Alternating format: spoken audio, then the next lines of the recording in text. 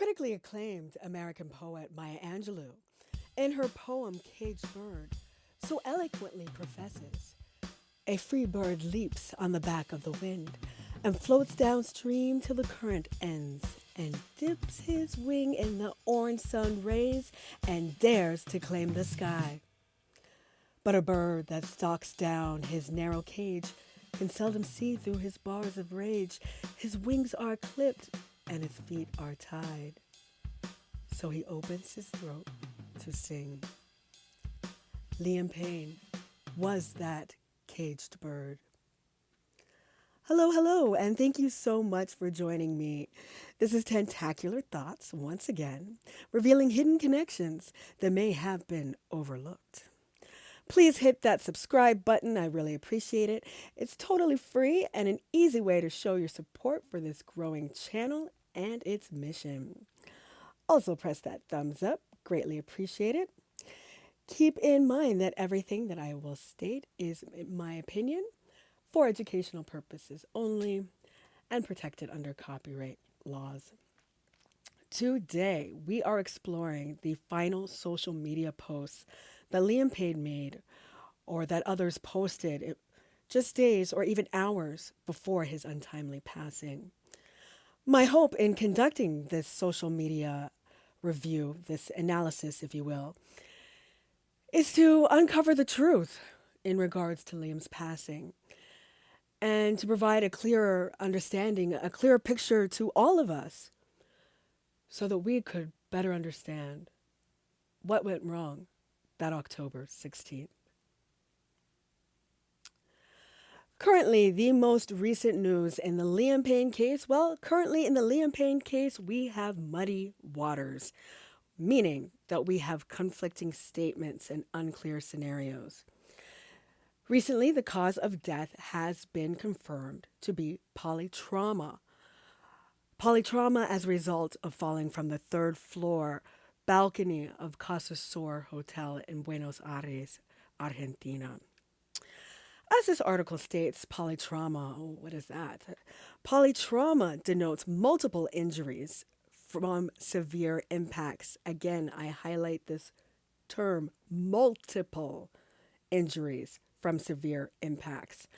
As experts have stated previously, when there is a fall, when an individual falls from a great height and succumbs to those injuries, when they impact the ground, there is typically only one impact area, okay? There is only one wound. That wound will be great, most likely it is, but there is typically only one area of impact. So having multiple injuries, that is not something that experts would say aligns with the whole idea of Liam Payne falling from a great height and succumbing to that injury. Okay. Unless they are saying that Liam Payne hit several objects whilst in the air falling, and that's what caused those multiple injuries, then obviously we are left with the notion and with the blatant fact that those injuries that Liam Payne sustained would have to have been sustained prior to the fall. In my opinion, I believe that he was beaten and unfortunately deceased before the fall. That's what explains those multiple injuries and the polytrauma. Now, another recent development is that the official statement that Jeffrey Payne, Liam's father, made to the Argentine prosecutorial's office has been made public, and it is a very interesting statement. Let's take a look. Now, remember when Jeffrey Payne found out about the devastating news, he was in Argentina within less than 48 hours upon receiving the unfortunate news. And while he was there, he did make an official statement to the prosecutorial office in Argentina. His statement has been filed with the court and is considered to be testimony and evidence for the court. One thing of note that I thought was extremely interesting when we look at Jeffrey Payne's statement is that he says that Liam did not have his own cell phone. Now, that may seem slightly a little bit off or a little bit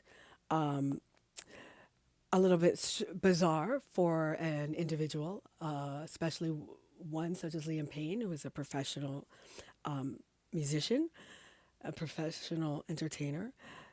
It may seem a little bit bizarre, but also keep in mind that Liam Payne is, at this time, undergoing intense treatment, okay, to be rehabilitated from substance abuse.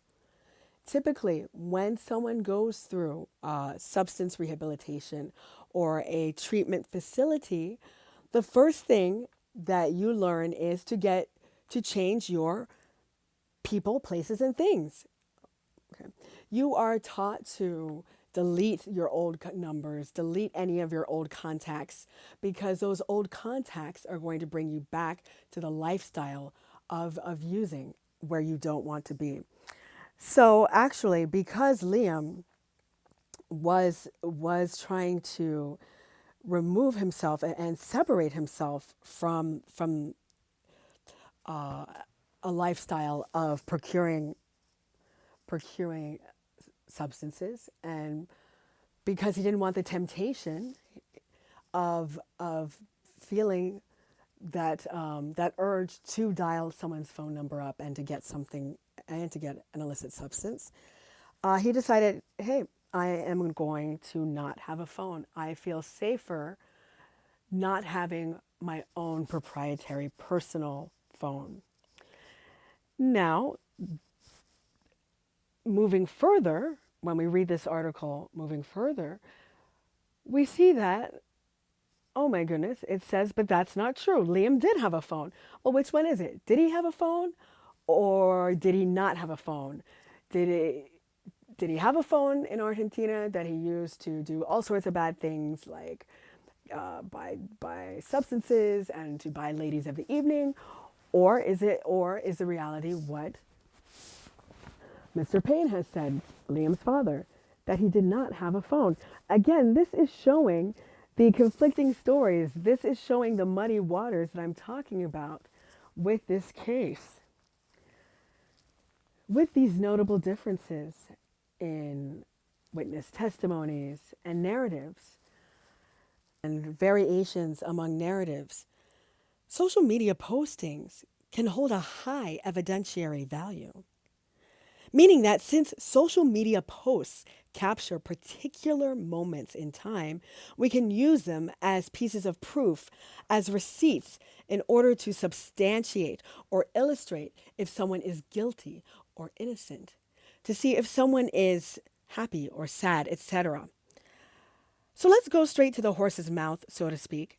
Let's go and investigate and see what Liam was posting on social media, what Liam was saying about himself, and how he was portraying himself through his social media posts. Our first post, let's take a look. We're on our way to the show. That's where we're going. Good luck, Mr. Horan. Have a beautiful time out there. I'm very proud of you. I can't wait to sing along to some old 1D songs with you. Making it real good. And I'm feeling great. Feeling pretty good. We're only getting...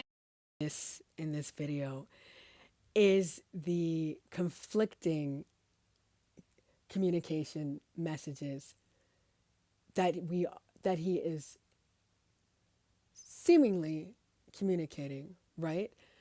Through his voice, he is saying, oh, everything's fine. But through his head gestures, he is nodding, and he is nodding in an emphatic no. He is not. Okay, let's look at that part specifically one more time. making it real good. And I'm feeling great, feeling pretty good. We're only getting... Wow. Watching this, we see that Liam is on some level trying to communicate that he is not okay. And this is where he becomes like the caged bird. Liam feels either too trapped, too stifled, too unsafe, too unsupported, or all of the above to be able to admit his true feelings. He in this scenario, in this video, he acts and almost comes across as a victim in a kidnapping.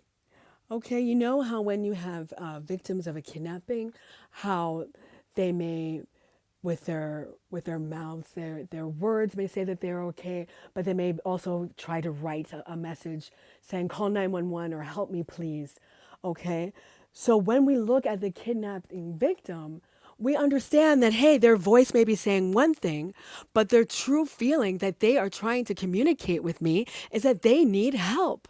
We understand that when we see that hidden message, or when we see a hand gesture or a head gesture, that they are trying to communicate their true needs and their true emotions. Liam Payne is doing this same exact thing. He unfortunately is like a victim trying to communicate that he needs help. This is a cry for help. What Liam is doing is a cry for help. He is conveying to us, no, everything is not as it seems. I am trapped like a caged bird. I am so trapped that I can't even express my true feelings. I can't be myself around these other individuals who are currently in this car with me. Now that is devastating when someone understands that they are feeling so suppressed and trapped that they cannot express who they really are or how they are truly feeling within their intimate circle of friends. This is what Liam is going through. Let's take a look at who are the people that are making him feel this way. Who are the people that are in this car at this time? Okay.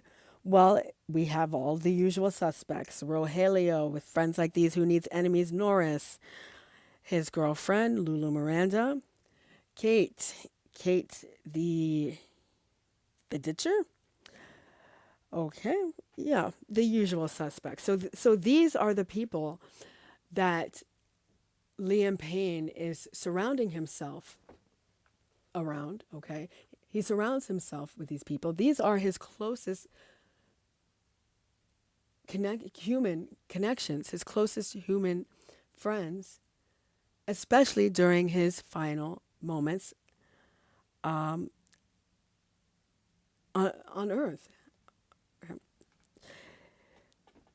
And the sad part is that the people that are the closest to him are the ones that are making him feel victimized, are the ones that are forcing him to give a cry for help via social media. How did it happen? How did it come to pass that the closest individuals to him hijacked Liam Payne's emotions and victimized him? Thank you for watching. Stay tuned for the next video, which will explain how it came to pass that the closest individuals to Liam Payne ended up being his worst enemies.